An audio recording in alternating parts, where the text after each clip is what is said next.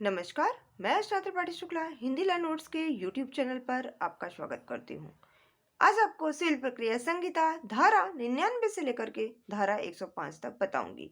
इससे पहले की वीडियो में हम आपको धारा 98 तक बता चुके हैं।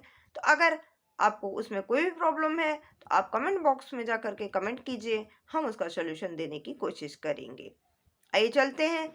सिविल प्रक्रिया संहिता धारा 99। इस धारा के अनुसार जहां पर निर्णीत ऋणी से भिन्न अगर कोई स्थावर संपत्ति पर कब्जे की डिक्री के धारक के द्वारा या फिर जहां पर ऐसी संपत्ति का डिक्री के द्वारा बिक्री कर दिया गया है, तो वह उस क्रेता के द्वारा ऐसी संपत्तियों पर कब्जे को यदि हटा दिया गया है, वे ऐसे कब्जा किए जाने वाले प्रतिवादी को लेकर के न्यायालय से मुकदमा कर सकता है। इसके अलावा जहां पर ऐसा कोई आवेदन किया जाता है जो कि न्यायालय उस आवेदन पर न्याय निर्णयन इसमें अंतर्विष्ट उपबंध के अनुसार करने के लिए अग्रसर होगा, तो वह भी इस धारा में बताई गई है। आइए चलते हैं सिविल प्रक्रिया संहिता धारा 100 में क्या बताया गया है। तो सिविल प्रक्रिया संहिता धारा 100 धारा 100 के अनुसार वे कब्जे किए जाने वाले जिनका प्रतिवाद करने वाले आवेदन पर पारित किए जाने वाले आदेश हैं, उनके बारे में बताया गया है। इसमें नियम 101 के द्वारा जो भी प्रश्न है उस पर न्यायालय क्या धारणा देगी वह भी बताया गया है। आवेदन को मंजूर करते हुए या फिर निर्देश देते हुए जो भी आवेदन को उस संपत्ति पर कब्जा दे दिया जाए या फिर एडन को खारिज करते हुए यह आदेश करेगा कि ऐसा अन्य कोई आदेश पारित करेगा जो कि न्यायालय को ठीक लगता है, वह इस धारा में बताया गया है। अब आइए चलते हैं सिविल प्रक्रिया संहिता धारा 101 क्या कहती है। तो सिविल प्रक्रिया संहिता धारा 101 कहती है कि इसके अनुसार जो अवधारित किए जाने वाले प्रश्न उनके बारे में बताया गया है। यह धारा के अनुसार नियम 97 से लेकर के नियम 99 के अधीन रहते हुए किसी भी आवेदन पर जिस आवेदन पर कार्रवाई हो चुकी है, वह कार्रवाई पक्षकारों के बीच या फिर उनके प्रतिनिधियों के बीच यदि पैदा होने वाले या फिर आवेदन के न्याय निर्णय से सुसंगत होने वाले जो तथ्य हैं जिनके अंतर्गत संपत्ति के हक में या उसके अधिकार के संबंध में या उसके हित के संबंध में जो प्रश्न होते हैं, उसमें आवेदन से संबंधित जो कार्यवाही करने वाले न्यायालय के द्वारा अवधारित किया जाएगा, ना कि पृथकवाद के द्वारा। इसमें न्यायालय उस समय किसी भी अन्य विधि में किसी बात के प्रतिकूल होते हुए भी ऐसे प्रश्नों का अनिश्चितता होते हुए भी अधिकार रखने वाला समझा जाएगा। समझ में आया आपको?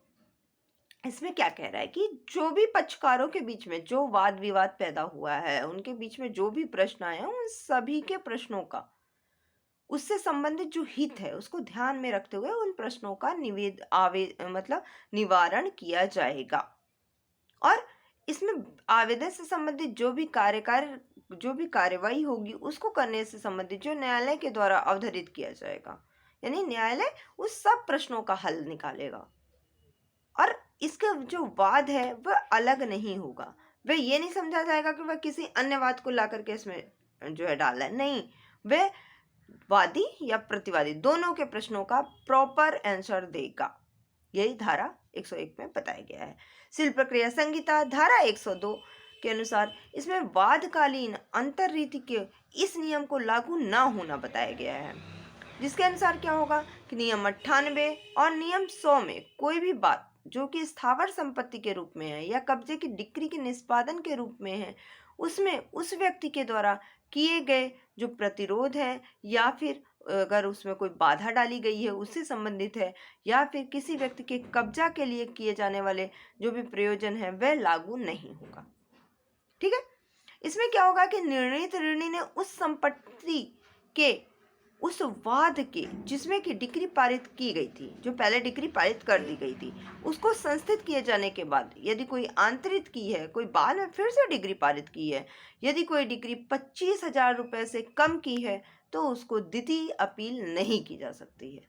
भाई ठीक है, आपने एक बार डिक्री कर दी, ठीक है, अब उसको डिक्रीज, अब कोई दूसरा व्यक्ति उसको डिक्री किए जाने के बाद के संबंध में ये कह रहा है कि भाई वो तो प्रतिरोध के अनुसार उन्होंने डिक्री करा दिया था, या कब्जा किए जाने के लिए करा दिया था, या कब्जा के निष्पादन के लिए करा दिया गया था, और हम फिर से जो है अपील करना चाहते हैं इस पर, तो भाई 25,000 से ऊपर की है तो आप अपील कर लो, लेकिन 25,000 से नीचे की है तो आप अपील नहीं कर सकते हैं। यही सिविल प्रक्रिया संहिता धारा 102 बताती है। अब आइए देख लेते हैं कि सिविल प्रक्रिया संहिता धारा 103 क्या बताती है। तो सिविल प्रक्रिया संहिता धारा 103 के अनुसार जो तथ्य हैं जो वाद मामले में धारण करने की जो उच्च न्यायालय की शक्ति है उसके बारे में बताया गया है। यदि कोई भी साक्ष्य जो कि पर्याप्त है तो किसी भी द्वितीय अपील में उच्च न्यायालय ऐसे अपील के निपटारे के लिए आवश्यक कोई विवादित अवधारित नहीं करेगा। भाई जब मेन तथ्य हमारे पास है तो फिर हम फिर अपील क्यों लेंगे। जो कि ऐसी अपील, कौन सी अपील, जो कि निचली अपील के न्यायालय के द्वारा या फिर प्रथम बार के न्यायालय के द्वारा या फिर निचले न्यायालय के द्वारा अवधारित नहीं किया गया है। निचला अदालत अवधारित नहीं किया गया है तो उच्च न्यायालय कैसे अवधारित कर देगा, नहीं करेगा ना। ठीक। धारा 100 में निर्दिष्ट विधि के ऐसे प्रश्न के विनिश्चय के कारण ऐसे न्यायालय या न्यायालयों के द्वारा जो कि गलती के तौर पर आधारित किया गया था उससे संबंधित कोई भी वाद जो है वह उच्च न्यायालय नहीं लेगा। यही धारा 103 में बताया गया है। सिविल प्रक्रिया संहिता धारा 104। सिविल प्रक्रिया संहिता धारा 104 के अनुसार आदेश की अपील को बताया गया है। इसमें बताया गया है कि वह आदेश की अपील जो कि की जा सकती है जिसमें कुछ का लोप कर दिया गया हो, या फिर धारा 35 के आदेश की अपील जो कि इसके अनुसार की जा सकती है जिसके अनुसार ऐसा आदेश नहीं किया जाना चाहिए, या फिर यदि किया भी गया है तो कम रकम के संदाय में किया जाना चाहिए। ठीक है।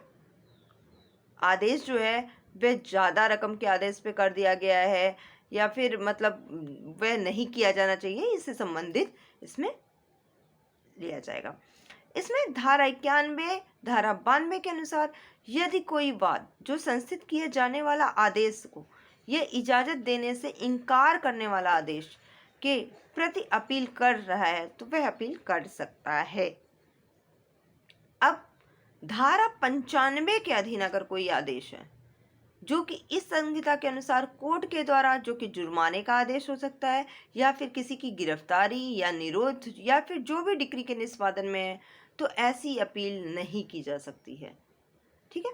वरना क्या होगा कि अपील किन नियमों के आधार पर किया जाएगा, तो नियमों को अधीन किया गया है हो या वो तब करी जा सकती है, कब करी जा सकती है, जब वह नियमों के अधीन किया गया कोई ऐसा आदेश जिसका अपील नहीं हो रहा हो, या फिर नियमों के द्वारा कोई ऐसा आदेश जिसमें यह निर्दिष्ट होता है कि उसकी अपील इस नियम के अंतर्गत हो सकती है, तो ऐसी अपील को किया जा सकता है। यही धारा 104 में बताया गया है। सिविल प्रक्रिया संहिता धारा 105 धारा 105 के अंतर्गत आदेश को बताया गया है। इस धारा में बताया गया कि जो अन्यथा उम्बद्धित हैं, जो किसी न्यायालय के द्वारा अपनी आरंभिक या फिर अपीलीय अधिकारिता के प्रयोग में यदि कोई आदेश उनको दिया गया है तो उसका कोई अपील नहीं होगी, परंतु कुछ मामलों में जहां पर किसी भी डिक्री की अपील की गई है, ठीक है, और वह किसी आदेश को जो कि गलती से हो गया है या फिर अनियमितता के कारण हो गया है, ऐसे मामलों पर अगर कोई निर्णय पड़ रहा है तो उसकी अपील की जा सकती है। यही धारा 105 में बताया गया है। इसमें धारा 105 में आदेश 43 भी इंक्लूडेड है। अगर आप धारा 105 पढ़ेंगे तो आदेश 43 भी उसमें इंक्लूड है। आदेश 43 में कहा गया है कि न्यायालय द्वारा समय समय पर कुछ आदेश दिए जाते रहते हैं, और जैसे कि यदि किसी पक्षकार द्वारा कार्रवाइयों पर लगे जो वाद है उसको विशेष दिनांक पर आगे बढ़ा देने के संबंध में इसमें कोई आवेदन किया जा सकता है।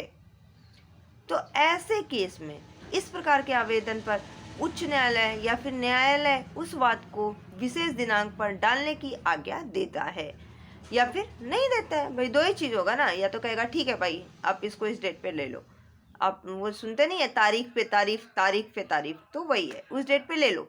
अगर वो कह देगा कि इस डेट पे नहीं लो तो इसके संदर्भ में भी आदेश न्यायालय अपना विशेषाधिकार जो आदेश वाद के संचालन में न्यायालय द्वारा दिए जाते हैं। तो आज की वीडियो में बस इतना ही। अगर आपको हमारी वीडियो पसंद आई हो तो प्लीज़ लाइक कीजिए, शेयर कीजिए, सब्सक्राइब कीजिए। बेल आइकन दबाना बिल्कुल मत भूलिए, जिससे कि हमारी वीडियो आपको लगातार मिलती रहे। धन्यवाद।